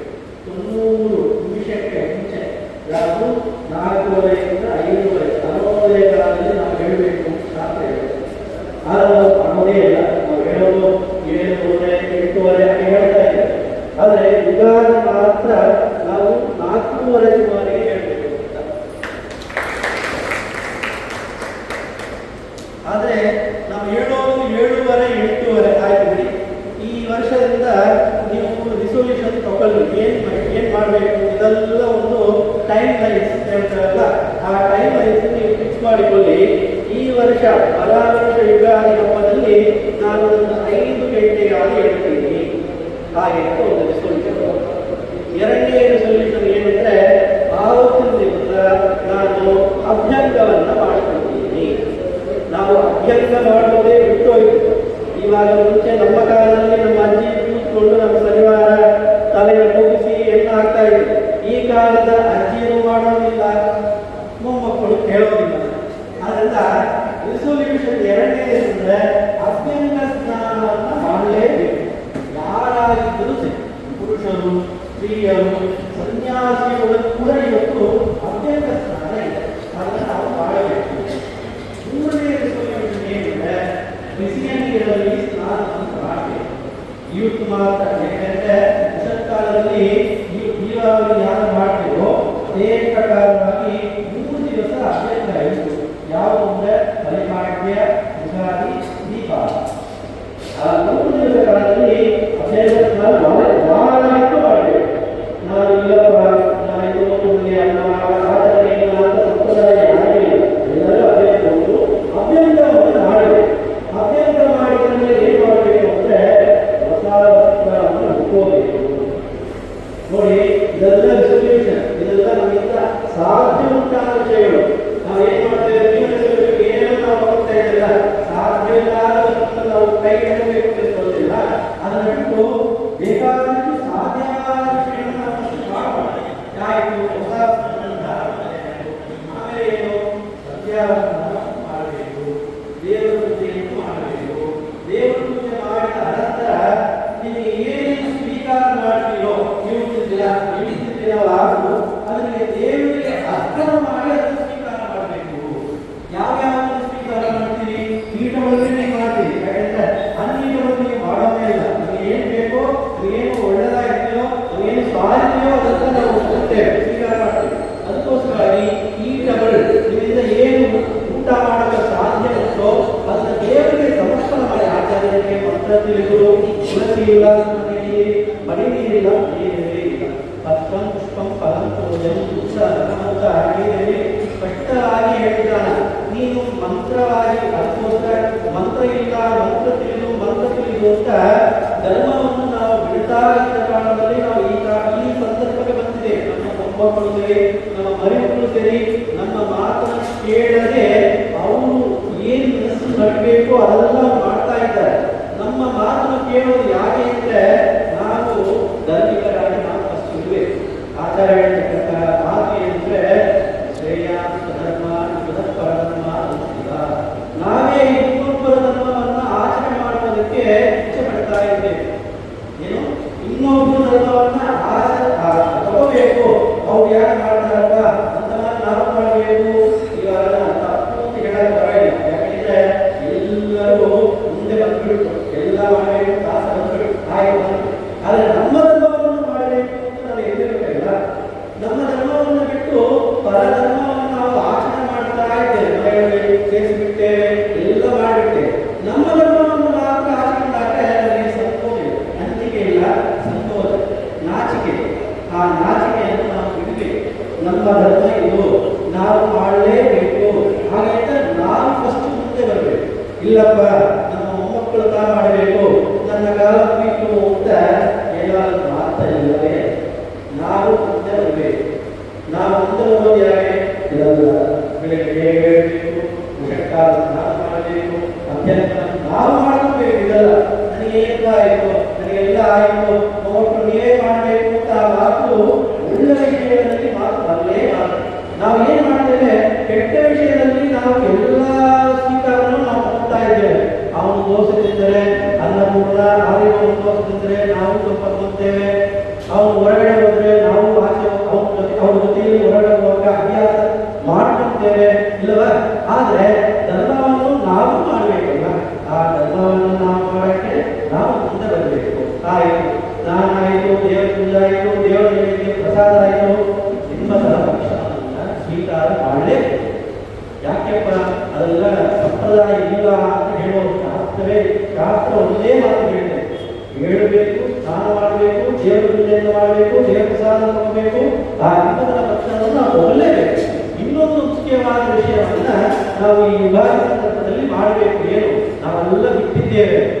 ಬೆಳಿಗ್ಗೆ ಎದ್ದ ತಕ್ಷಣ ಕನ್ನಡಿಯನ್ನು ನೋಡುವುದು ಅಭ್ಯಾಸ ನಾವು ಬಿಟ್ಟಿದ್ದೇವೆ. ಈ ಯುಗಾದಿಯಲ್ಲಿ ನೋಡಿ, ಎಷ್ಟು ಮನೆಯಲ್ಲಿ ನಾವು ಯುಗಾದಿಯಲ್ಲಿ ಕನ್ನಡಿ ನೋಡಿದ್ದೇವೆ. ಕೇರಳದವರು ಮತ್ತೆ ಉಡುಪಿಯವರು ಕನ್ನಡಿ ಇಟ್ಟು ದರ್ಶನ ಮಾಡ್ತಾ ಇದ್ದಾರೆ. ನಾವು ಮಾಡಲೇಬೇಕು ಕನ್ನಡಿ ದರ್ಶನ. ಆಮೇಲೆ ತುಪ್ಪದ ದರ್ಶನ ಮಾಡಬೇಕು ಶಾಸ್ತ್ರ ಹೇಳ್ತಾರೆ. ಆ ತುಪ್ಪದಲ್ಲಿ ತುಪ್ಪವನ್ನು ನೋಡಬೇಕು, ಮತ್ತೆ ಕನ್ನಡಿಯನ್ನು ನೋಡಬೇಕು, ದೇವರನ್ನು ನಮಸ್ಕಾರ ಮಾಡಬೇಕು. ಇದೆಲ್ಲ ನಮ್ಮ ಸಂಪ್ರದಾಯ. ನಾವು ಅದನ್ನೆಲ್ಲ ಆಚೆ ಬಿಟ್ಟೆವು. ಇವಾಗ ನಮ್ಮ ಸಂಪ್ರದಾಯ ಇಲ್ಲ ಅಂತ ನಾವು ಮಕ್ಕಳುತ್ತಿದ್ದೇವೆ. ಅದಲ್ಲ, ಕನ್ನಡಿ ನೋಡಬೇಕು. ಇದಕ್ಕೆಲ್ಲ ಒಂದು ಇದೆ. ಏನಂದ್ರೆ ಸ್ನಾನ ಮಾಡಲಿಕ್ಕೆ ಆಗಿಲ್ಲ ಆಗಿದ್ರು ಪರವಾಗಿಲ್ಲ, ಮುಂಚಾನೆ ಬೇರೆ ಎದ್ದು ದೇವರ ಸ್ಮರಣೆಯನ್ನು ಮಾಡಬೇಕು. ಈ ವರ್ಷ ಪ್ರಾರಂಭ ಮಾಡಿದ ಈ ದಿನದಲ್ಲಿ ನಾನು ಎಲ್ಲ ಕಾರ್ಯವನ್ನು ಮಾಡಬೇಕು ಅಂತ ನೆನೆಸಿದ್ದೇನೆ, ಇಚ್ಛೆಪಟ್ಟಿದ್ದೇನೆ. ನಿನ್ನ ಅನುಗ್ರಹ ಬೇಕು ಅಂತ ಬೆಳಿಗ್ಗೆ ಎದ್ದವನಿಗೆ ನಾವು ಇದೆಲ್ಲ ನಡೆಸ್ಕೋಬೇಕು. ಇದೆಲ್ಲ ನಾವು ಮಾಡಿಲ್ಲ. ಆದರೆ ಈ ಬರ ವರ್ಷ ಈ ರಿಸಲ್ಯೂಷನ್ ನಿಮಗೆಲ್ಲ ಸೇರಿ ಯಾಕೆ ಚಿಕ್ಕ ಮಕ್ಕಳು ನೀವೇ ರಿಸಲ್ಯೂಷನ್ ಕೊಡ್ತಾ ಇದ್ದಾರೋ, ನಮ್ಮ ರಿಸಲ್ಯೂಷನ್ ಏನಂದ್ರೆ ನೀವೇ ಒಂದು ಯುಗಾದಿಗಳು ಇದೆಲ್ಲ ನಾವು ಕೊಡ್ತೇವೆ. ಎಲ್ಲರ ಮನೆಯಲ್ಲಿ ಅದರಿಂದ ಮಾಡಲೇಬೇಕು. ಎಲ್ಲರ ಮನೆಯಲ್ಲಿ ಹೊಸ ಹೊಸ ಮನೆ ಧಾರಣೆ ಆಯ್ತು, ಧಾರಣ ಮಾಡಕ್ಕೆ ಸಾಧ್ಯ ಇಲ್ಲ. ಒಳ್ಳೆ ವಸ್ತ್ರವನ್ನು ಕೊಡ್ಕೋಬೇಕು, ದೇವರನ್ನ ಸ್ಮರಣೆ ಮಾಡಬೇಕು ಅಂತ ಈ ಯುಗಾದಿ ಸಂದರ್ಭದಲ್ಲಿ ನೀವೆಲ್ಲ ರೆಸಲ್ಯೂಷನ್ ತಗೊಂಡು. ಆಮೇಲೆ ಇನ್ನೊಂದು, ಈ ಪಂಚ ಅಂಗಗಳನ್ನು ಸೇರಿದರೆ ಪಂಚಾಂಗ ಅಂತ ಹೇಳ್ತಾರೆ. ಪಂಚಾಂಗ ಅಂದ್ರೆ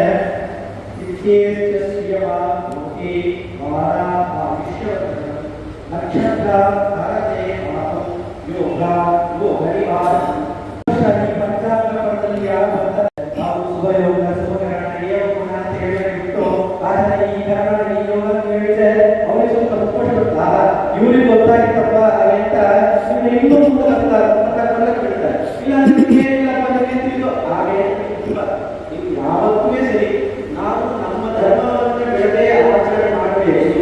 ಹಾಗೆಂತ ನಾವು ಸಂಕಲ್ಪವನ್ನು ಮಾಡಿ ಆ ಮಾಡಿದ್ರಿಂದ ಅದಕ್ಕೆ ಒಟ್ಟಾರೆ ಸಾಕಷ್ಟು ಸಿಗ್ತಾ ಇದೆ.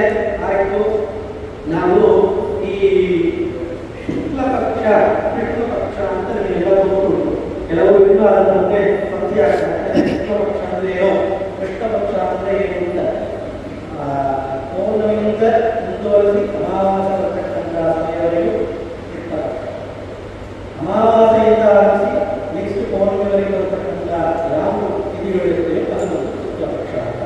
ಇವತ್ತಿಂದ ಅಮಾವಾಸ್ಯೆ ಮಧ್ಯದ ಕೆಲವರು ಅಮಾವಾಸ್ಯೆಯನ್ನು ಸೇರಿಸುತ್ತಾರೆ. ಸಂಪ್ರದಾಯದಲ್ಲಿ ಅಮಾವಾಸ್ಯೆಯಿಂದ ಪೌರ್ಣಿಮೆ, ಕೆಲವರು ಪ್ರಥಮೆಯಿಂದ ಪೌರ್ಣಿಮೆ ಅಂತ ಅದರ ಒಂದು ಸಂಕ್ಷೇಪ ವಿಧಿಗಳು.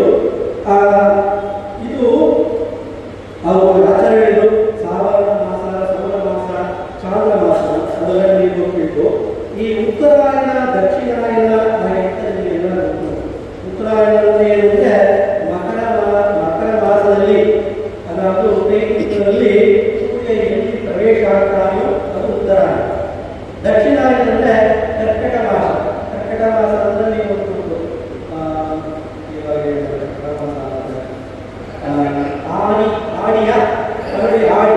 ಆಡಿ ಮಾಸದಲ್ಲಿ ಸೂರ್ಯ ಪ್ರವೇಶ ಆಗುವ ಕಾಲದಲ್ಲಿ ದಕ್ಷಿಣಾಯನ ಆಗುತ್ತದೆ. ಆಯಿತು, ಇವಾಗ ನಾವು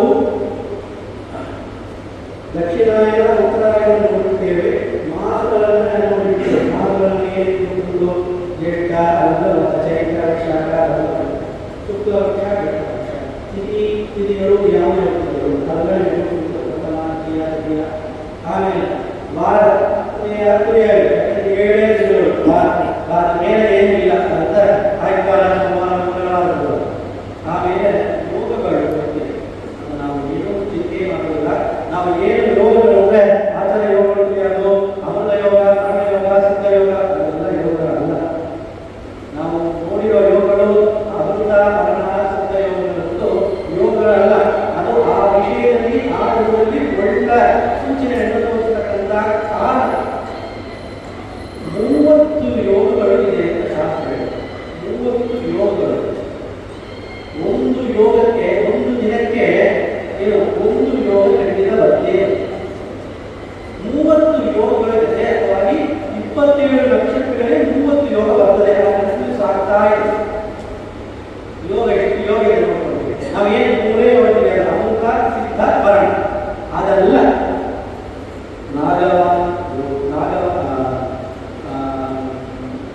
ಶುಕ್ರ ಯೋಗ, ಶುಕ್ಲ ಯೋಗ ಅಂತ ನನಗೆ ಯೋಗಗಳಿದೆ. 30 ಯೋಗಗಳಿದೆ. 30 ಯೋಗಗಳಿದೆ. ಯೋಗಗಳು ನಾವು ನಿತ್ಯವನ್ನು ಸ್ಮರಣ ಮಾಡಬೇಕು. ಅದು ಯಾಕೆ ಅಂತ ನಿಮಗೆಲ್ಲ ಮೊಬೈಲ್ ಇರತಕ್ಕಂಥ ಆ್ಯಪ್ ಗೊತ್ತುಂಟು. ಅದನ್ನು ಆ್ಯಪ್ ಯೂಸ್ ಮಾಡಿ ಯೋಗದಿಂದ ಯಾವ ಯೋಗಗಳನ್ನು ನಿಮಗೆ ಬರುತ್ತೆ. ನೀವು ಯೋಗ ಟುಡೇ ವಾಸ್ ಯೋಗ ಅಂತ ಹಾಕಿದರೆ ಅದು ಚಕ್ಕ ಒಂದು 2 ಸೆಕೆಂಡ್ ತೋರಿಸ್ಬಿಡು. ಆಮೇಲೆ ಕರಣ 11 ಕರಣಗಳಿದೆ. 11 ಕರಣಗಳಿದೆ. ಈ 11 ಕರಣಗಳೇ ರಿಪೀಟ್ ಆಗಿ ಬರ್ತಾ ಇರೋದು. ದಿನಕ್ಕೆ 27 ನಕ್ಷತ್ರಕ್ಕೆ 11 ಕರಣ ರಿಪೀಟ್. ಆದರೆ ಒಂದೇ ಒಂದು ವಿಷಯ ಏನೆಂದರೆ ಅಮಾವಾಸ್ಯೆ ಮಾತ್ರ ಯಾವಾಗಲೂ ಒಂದೇ ಕರಣ, ಶನಿವಾರ ಮಾತ್ರ ಯಾವಾಗಲೂ ಒಂದೇ ಕರಣ. ಅದು ಮಾತ್ರ ಸ್ಥಿರಕರಣಗಳು ಅಂತ. ಸ್ಥಿರಕರಣಗಳು ನಾಗಮ, ಚತುಷ್ಪಾದ, ಶಕ್ನಿ, ಆಮೇಲೆ ಕಿಂಸ್ಕುಂಡ. ಈ 4 ಕರಣಗಳು ಮಾತ್ರ ಅಮಾವಾಸ್ಯೆ, ಪ್ರತಿಪದ ಈ 2 ದಿನಗಳು ಮಾತ್ರ 2 ಆಗಿ ಬರೋದು. ಅದಾದ ಒಂದಿನಕ್ಕೆ 2 ಕರಣಗಳು ಒಂದು ಯೋಗ. ಅದು ಮತ್ತೆ ಮೈಯಲ್ಲಿ ತಿಳಿಸ್ಕೊಳ್ಳಿ.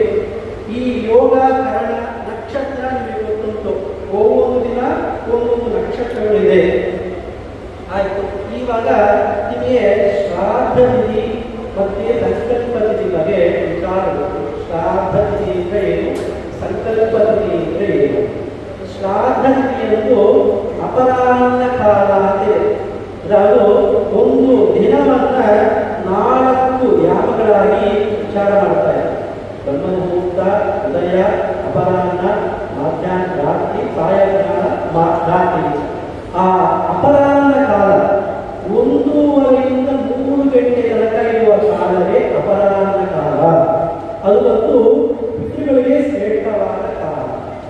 ಅದಕ್ಕೆ ನಾವು ಶ್ರಾದ್ದ ತಿಥಿ ಬರುವ ಸಂದರ್ಭದಲ್ಲಿ ಸಂಕಲ್ಪವನ್ನು ಶ್ರಾದ್ದವನ್ನು ಜಗಳ ಬರ್ತಾ ಇರಲ್ಲ.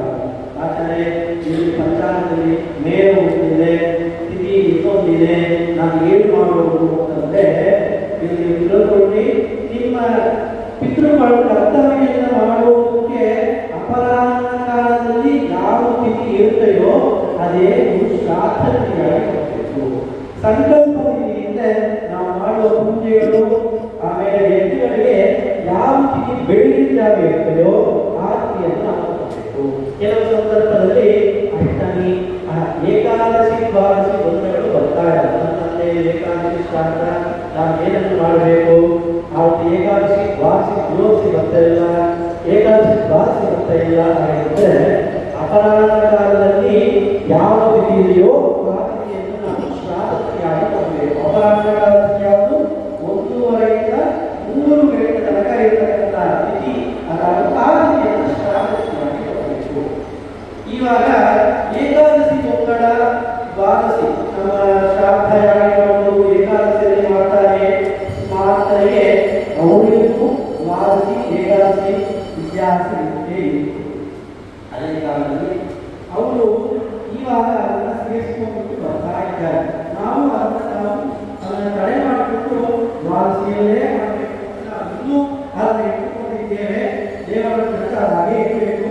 ಯಾಕೆಂದರೆ ಏಕಾದಶಿಯಲ್ಲಿ ನಾವು ಯಾವ ಕೆಲಸವನ್ನು ಮಾಡಬಾರದು, ಹರಿದಿನ ಅಂತ ಇಟ್ಕೋಬೇಕು. ಹರಿದಿನ ಏನು ಮಾಡಬೇಕು ಅಂದರೆ ನಿತ್ಯ ನಾರಾಯಣ ಸ್ಮರಣೆ ಮಾಡ್ತಾ ಇರಬೇಕು. ನಾವು ಅದಕ್ಕೋಸ್ಕರವೇ ಅಗ್ನಿಯ ಪ್ರವೇಶ ಅದರಲ್ಲಿ ಬರ್ತಾ ಇಲ್ಲ. ಇವಾಗ ಅಗ್ನಿಯ ಪ್ರವೇಶ ಅದರಲ್ಲಿ ಬರ್ತಾ ಇರಬೇಕು. ಸೇನಾಧಿಪತಿ ಚಂದ್ರ, ಆ ಚಂದ್ರನ ಪ್ರಭಾವದಿಂದ ನನಗೆ ಬೇಕಾದಷ್ಟು ಮಳೆ ಬರ್ತಾ ಇರೋದು. ಹಾಲ್ ನಮಗೆ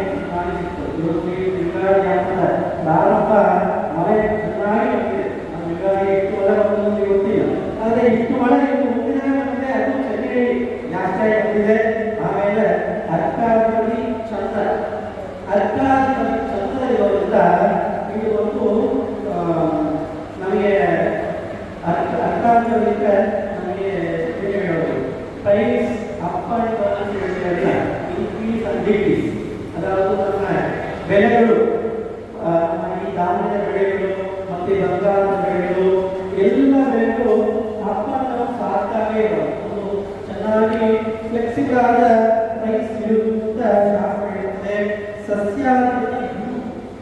ಸಸ್ಯಾಧಾರದಿಂದ ಈ ಕೃಷಿಗಳು ವ್ಯವಸಾಯ ಭೂಮಿಗಳು ನಮಗೆ ಒಳ್ಳೆ ಅನುಕೂಲ ಆಗ್ತಾವು. ಬೇಕಾದಷ್ಟು ನಮಗೆ ಧಾನ್ಯಗಳು ಬರುವಂತ ರಸಾಯನಿಕ ಸನಿಷ್ಠ ರಸಾಯನಿಕ ಪ್ರೈಸ್ ಹೇಳ್ತೀವಲ್ಲ ಅದಕ್ಕೆ ಪಟ್ಟಣಗಳಿದೆಯಲ್ಲ ಅದರ ಮೂಲ ಪ್ರಭಾವವಾದ ಸನಿಷ್ಠ ಪಟ್ಟಣಗಳು ಸ್ವಲ್ಪ ಕಡಿಮೆ ಆಗ್ತಾ ಇರುವುದು ಅಂತ ಹೇಳಲಾಗಿದೆ.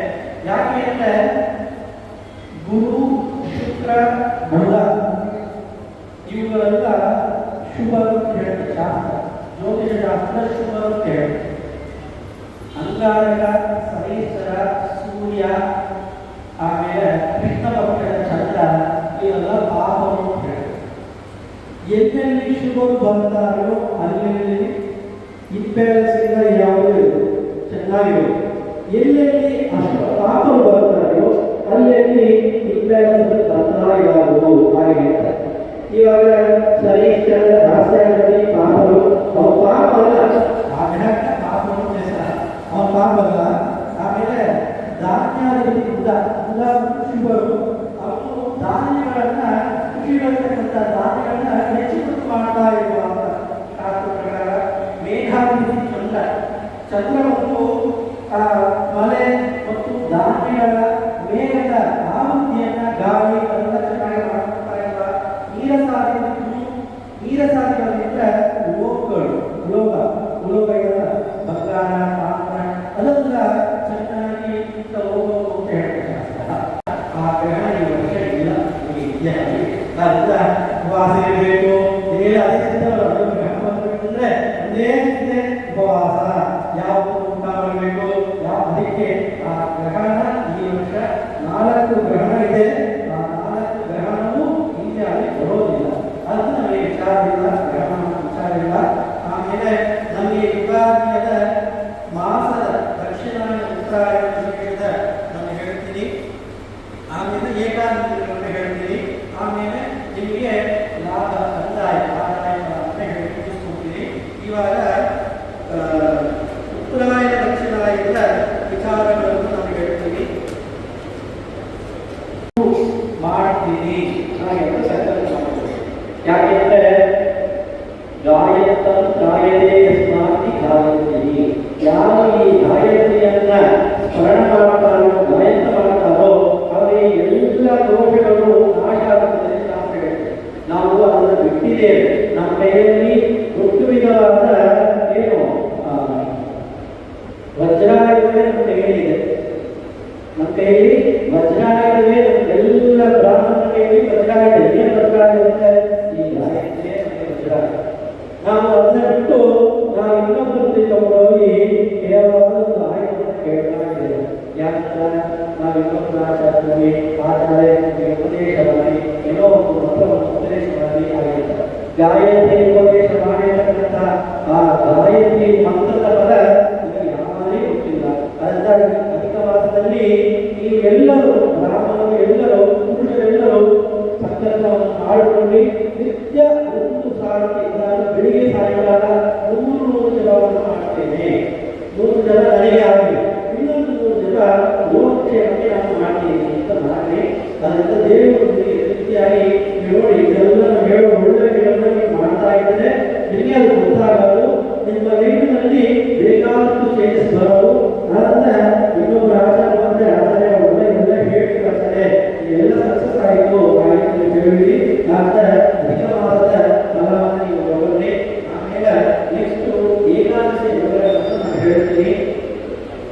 ದೇವರಿಗೆ ತುಂಬ ಪ್ರೀತಿಯಾದ ದಿನ ಯಾವುದು ಅಂದರೆ ಏಕಾದಶಿ. ನಾವು ಏನು ಅನಿಸುತ್ತೇವೆ ನಮ್ಮ ದಿನ ನಮ್ಮ ಬರ್ತಡೇ ಬೇಕು, ಆದರೆ ದೇವರಿಗೆ ಬೇಕಾದಷ್ಟು ಅಭಿಷೇಕವನ್ನು ಮಾಡೋಣ. ಹೆಂಡತಿಯ ಮಕ್ಕಳಿಗೆ ಅದೆಲ್ಲ ಉಪವಾಸವನ್ನು ನೀವು ಮಾಡಿದರೆ 100,000 ಅಶ್ವಮೇಧ ಯಾಗವನ್ನು ಮಾಡತಕ್ಕಂಥ ಫಲ ಈ ಏಕಾದಶಿ ಫಲ. ಅದರಿಂದ ಕೃಷ್ಣಾವನ ಮಹಾತ್ಮದಲ್ಲಿ ಆಚಾರ್ಯರು ನಿಮಗೆ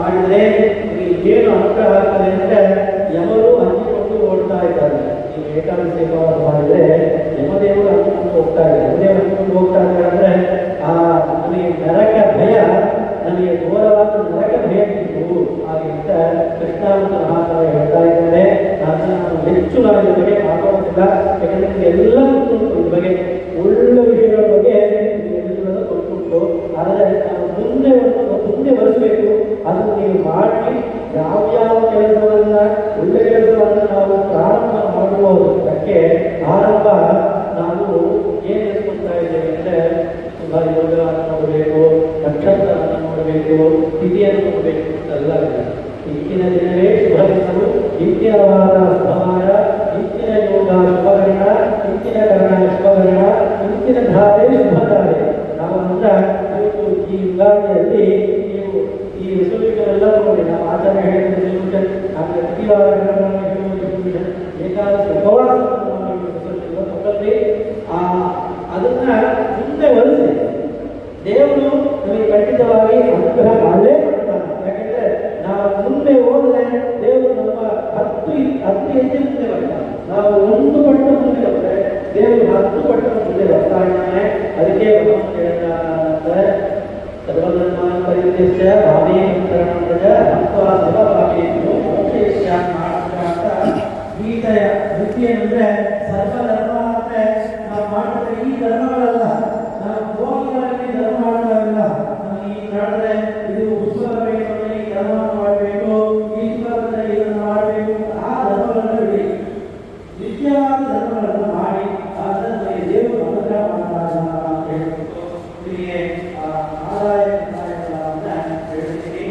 ಇವಾಗ ಈ ವರ್ಷದ ಆದಾಯ ಮುಕ್ತಾಯಗಳ ಏನೇನು ಹೇಳ್ತೀನಿ.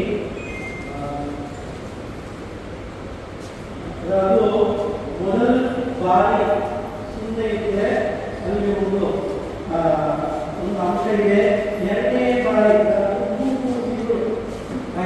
ಅದನ್ನು ಹಾಕಬೇಕು. ಎರಡನೇ ಬಾರಿ ಇದ್ದರೆ ಅದು ಒಂದು ಸಂಬಂಧ ಇದೆ, ಮೂರನೇ ಇದ್ದರೆ ಅದಕ್ಕೆ ಸಂಬಂಧ ಇದೆ ಅಂತ ಹೇಳ್ತಾರೆ. ಅದು ಏನಂದ್ರೆ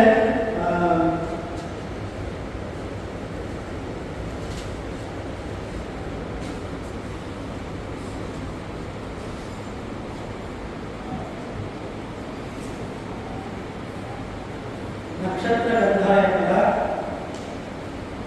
ಅಶ್ವಿನಿ ಪ್ರಥಮ ಗಂಡ 4, ದ್ವಿತೀಯ ಗಂಡ 2, ತೃತೀಯ ಗಂಡ 5. ಅವಭರಣಿ ಭರಣಿ ನಕ್ಷತ್ರಕ್ಕೆ ಮೊದಲನೆಯದು 7, ಎರಡನೆಯದು 0 ಪೂಜ್ಯ, ಮೂರನೆಯದಲ್ಲಿ 2. ಕೃತಿಕಾ ನಕ್ಷತ್ರಕ್ಕೆ ಮೊದಲನೆಯಲ್ಲಿ 2, ಎರಡನೆಯದಲ್ಲಿ 1, ಮೂರನೆಯದಲ್ಲಿ 0 0. ಆಮೇಲೆ ರೋಹಿಣಿಗೆ ಮೊದಲು 5, ಎರಡನೆಯಲ್ಲಿ 2, ಮೂರನೆಯಲ್ಲಿ 3. ಆಮೇಲೆ ಮೃಗಶೀರ್ಷಕ್ಕೆ ಮೊದಲು ಮತ್ತೆ ಎರಡನೇ 2 ಗಣಗಳನ್ನು 0 ಮುಂಚೆ ಇದೆ, ಮೂರನೇಗಳಲ್ಲಿ 1 ಇದೆ. ಆರುದ್ರ ನಕ್ಷತ್ರಕ್ಕೆ ನಕ್ಷತ್ರಕ್ಕೆ ಮೊದಲನೆಯಲ್ಲಿ 3, ಎರಡನೆಯಲ್ಲಿ 1, ಮೂರನೆಯಲ್ಲಿ 4. ಆಮೇಲೆ ಪುನರ್ವಸು ನಕ್ಷತ್ರಕ್ಕೆ ಪುನರ್ಪೂಸಂ ಮೊದಲನೆಯಲ್ಲಿ 6, ಎರಡನೆಯಲ್ಲಿ 2, ಮೂರನೆಯಲ್ಲಿ 2. ಆಮೇಲೆ ವೃಷ ನಕ್ಷತ್ರಕ್ಕೆ ಮೊದಲನೆಯಲ್ಲಿ 1, 2 ಮತ್ತು ಮೂರನೆಯಲ್ಲಿ ಪೂಜ್ಯ ಪುಣ್ಯಗಳಿವೆ. ಆಮೇಲೆ ಆಶ್ಲೇಷ ನಕ್ಷತ್ರಕ್ಕೆ ಮೊದಲನೆಯಲ್ಲಿ 4, ಎರಡನೆಯಲ್ಲಿ 1, ಮೂರನೆಯಲ್ಲಿ 3 ಇದೆ. ಆಮೇಲೆ ಮಹಾನಕ್ಷತ್ರಕ್ಕೆ ಮೊದಲನೆಯಲ್ಲಿ 7, ಎರಡನೆಯಲ್ಲಿ 2, ಮೂರನೆಯಲ್ಲಿ 1 ಇದೆ. ಆಮೇಲೆ ಪೂರ್ವಭೂಮಿ ನಕ್ಷತ್ರಕ್ಕೆ ಮೊದಲನೆಯಲ್ಲಿ 2, ಎರಡನೇ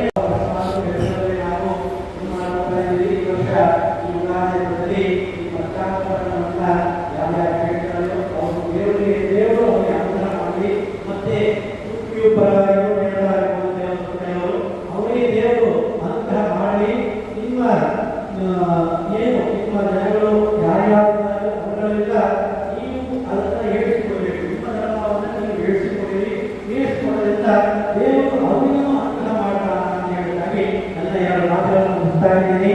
ನಾನು ಏನಾದರೂ ಹೆಚ್ಚು ಕಮ್ಮಿ ಜಾಸ್ತಿ ಆಗಿ ಮಾತಾಡಿದ್ರೆ ನನ್ನ ತಪ್ಪನ್ನು ಕ್ಷಮಿಸಬೇಕು. ಇದೆಲ್ಲ ದೇವರು ನಡೀತಾ ಇದೆ ಅಂತ ನನ್ನ ಏನು ಅದರಿಂದ ದೇವರು ಏನು ನನಗೆ ಹೇಳಿಕೊಟ್ಟಿದ್ದಾರೋ ಅದನ್ನು ನನಗೆ ಮುಂದೆ ಮಾಡ್ತಾ ಇದ್ದಾನೆ. ಏನೇನು ತಪ್ಪೇನು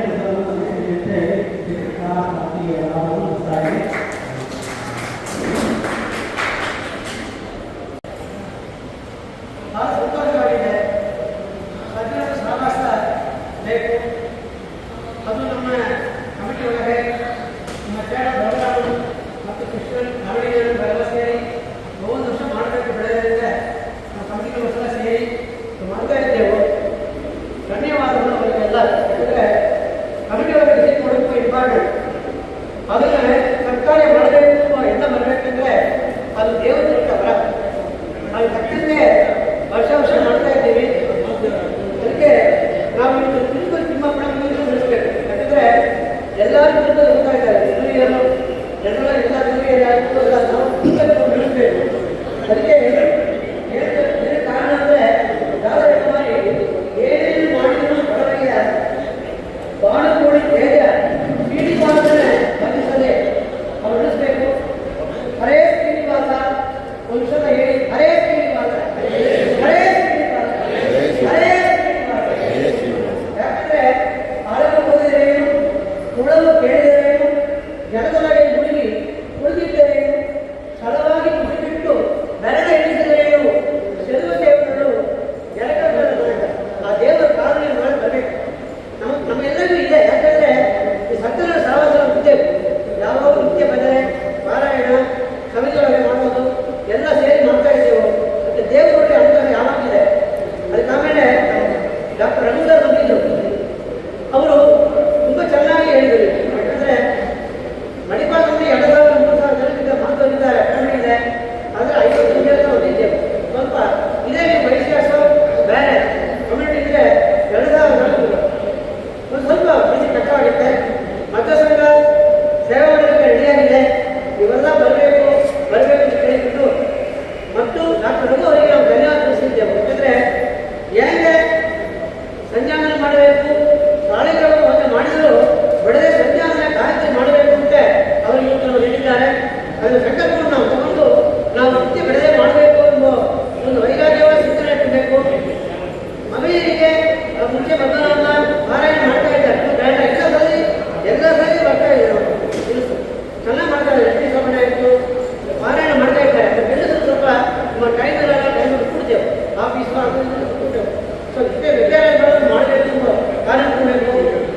ಕೂಡಿದರ ಮನೆಯೇ ಬಂದರು. ಎಷ್ಟೋ ಅವರಿಗೆ ಕೂಡಿದರು ನಮ್ಮ ಉದ್ಯೋಗಗಳ ಕಾರಣ ಇಟ್ಟು ಇದು ಬಂದು ತುಂಬ ಚೆನ್ನಾಗಿದೆ. ಬಡ ಕಂದಾಯ ಬಡ ಸ್ವಲ್ಪ ಬರ್ತಾ ಇತ್ತು. ಕಂದಾಯ ಆದಾಯ ಮಾತ್ರ ಇಟ್ಟು ನೋಡ್ತಾ ಇದ್ರು.